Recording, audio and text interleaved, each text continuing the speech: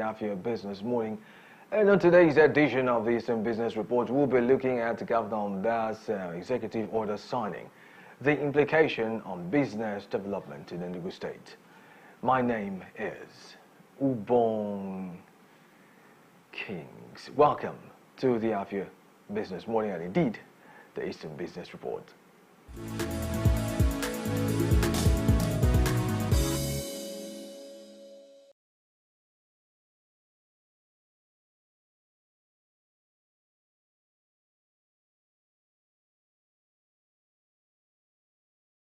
You're welcome back to the Eastern Business Report, and like I did say before the break, we're going to be looking at Governor Mbah'S executive order signing and the implication of that on business development in Enugu State. Recall that Governor Peter Mbah of Enugu State actually signed an executive order number 1/2025 designating some areas in the state as urban areas, as well as Land Use Regulation 2025. Mbah reportedly exercised his powers under the Land Use Act of 1978. Now, the question that comes to mind really is, what effect will this have on the business landscape of Enugu State? And joining me on this conversation this morning is none other than Izu Anyago, who is a lawyer and a public affairs analyst. He joins us virtually. Hello, Izu. Good morning. Welcome. Good morning, Kitty. Thank you. Yes. Now, quickly, just a few things I want to find out from your point of view, really. What are your thoughts, really, on this designating some parts of the state as urban areas? Let's start there. Thank you. Let us, first of all, give a background to this development. You recall that the administration of the governor of Enugu State, His Excellency Peter Mbah'S, since he came on board in the last 1 year, has continuously emphasized on urban renewal, urban development. And somehow the governor has been able to live up to his true word. And with this recent development of the government tinkering the capital territory regulation laws and designating some areas in Enugu State as urban areas, it goes to show that the governor is, he means business. Coming from that background, we look at the meaning of urbanization and the implication of this action. A lot of people have defined, urban area, urbanization in different ways, but we have a standard definition here, which says that an urban area is a human settlement with a high population density, right, and an infrastructure of a built environment. Like, in essence, an urban area is where you have a large number of people, settling, down to, live their daily activity. For example, in the United States, before an area can be called an urban area, it must have a population of 50,000 people. And United Nations has a standard, which is about 200,000 people. It must be up to 200,000 people. And in Nigeria, of course, when we talk about urbanization, the definition might differ from country to country. For example, when you talk of urban area in America, you are talking about New York, Chicago, California. These are urban areas. And then you talk about urban areas in London. You talk about urban areas in United Kingdom. You have London is an urban area. Scotland, the capital of Scotland,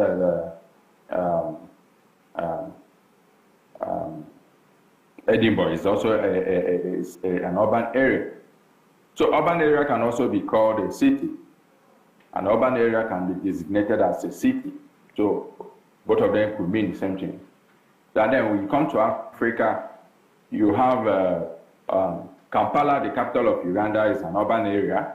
Nairobi is an urban area. Lagos is an urban area. Abuja is an urban area. Enugu city is an urban area. And you look at it from this, when you look at it from this angle, you see that this definition tends to differ when it comes down to some developing countries. And then again, you come down to the state level, and you look at Enugu, for example. Nsukka is an urban area, right? Oji River is an urban area. Udi is an urban area, especially with this new definition by the governor. We have this settlement now known as urban area. The implication is that the government is trying to designate this place as urban area, maybe in order to spur up economic activities in those areas and encourage development. And in line with what the governor has been saying, extending the developmental activity to all areas of the state, I think this is a good development, because what it virtually means is that whatever budget is made for the urban areas it used to be, like the capital territory, which is the Enugu Central, such budget is going to also take into cognizance of the fact that we now have these other areas so extended as urban areas.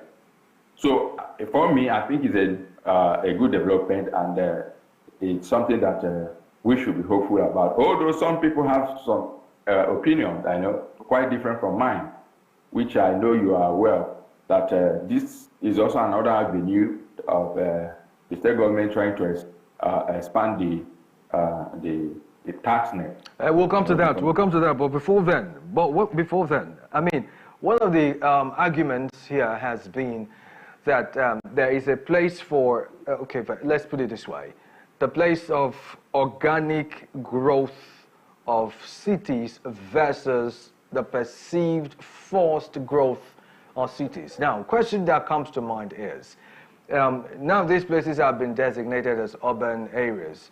Do you see the possibility of every characteristic of an urban area being brought to bear in those locations, or is just going to be bearing the name an urban center?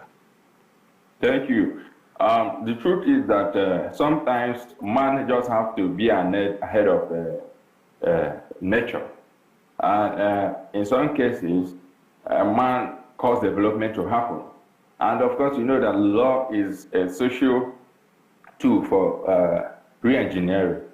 And if some people, yes, some people may have argued that a city develops organically and an area develops organically and then becomes an urban area.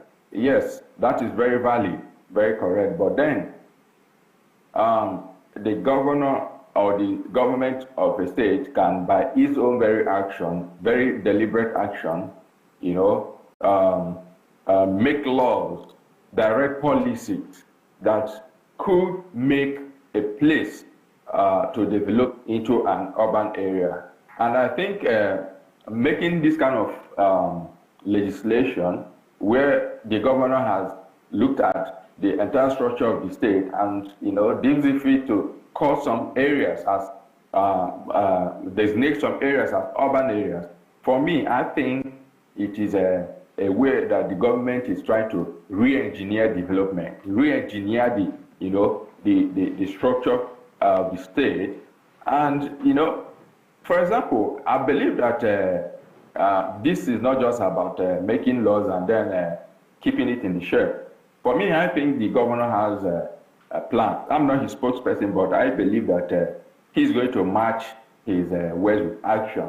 So in few years, we should expect these areas to start having the features or start experiencing the infrastructure that accompanies any area that should be called an urban area. So back to your question, in summary, I would admit that yes, a city should develop organically, and become an urban area itself without any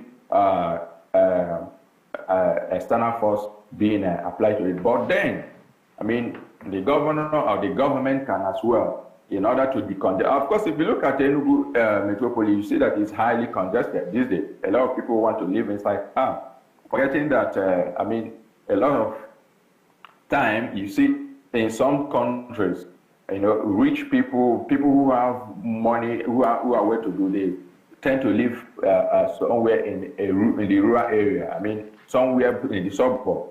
And come to think of it, a lot of people prefer to live in those areas.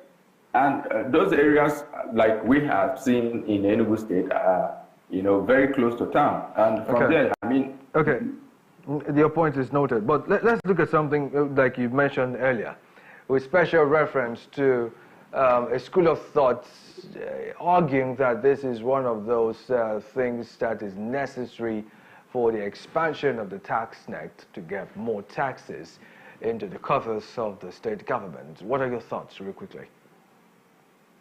Well, you know, there's no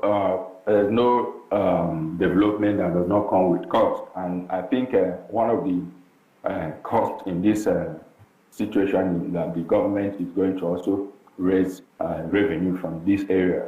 For example, we have a lot of taxation going on in Enugu. We have the environmental tax, and people are also paying for, I think, for their shops. And then you have the ground rent and the tenement rent and all of that. And when you look at this situation and you want to, I mean, go in that direction, you could almost come to that same conclusion that the government is intending to extend its dragnet. And if that is the case, without any meaningful intention to, you know, bring development to this area, I think it's going to backfire, because you can't really reap from where you do not sow. So for me, we just need to give that benefit of that to the state government and see where this whole thing may. If it leads to, you know, getting more revenue from this area without commensurate development, then we can now be able to maybe criticize the government and say that it is not sincere in its activity. Okay. But for now, let us look at where this whole thing goes. All right, thank you so much, Izu, for joining me. I wish we had more time. We don't have the luxury of time. So thank you, Izu, for joining in and sharing your thoughts on this matter. I appreciate it. It's my pleasure. Thank you. All right, very well. And that will be the size of the package right here on the Eastern Business Report. Do well to join in on our dedicated YouTube channel at www.youtube.com/Afia Business. And while you're there, do well to hit the like button. Remember, you should subscribe so you get notifications on all business-related content coming to you from Afia TV. Up next is Onya Afia. My name is Ubong Kings. Thank you for your time. Good morning.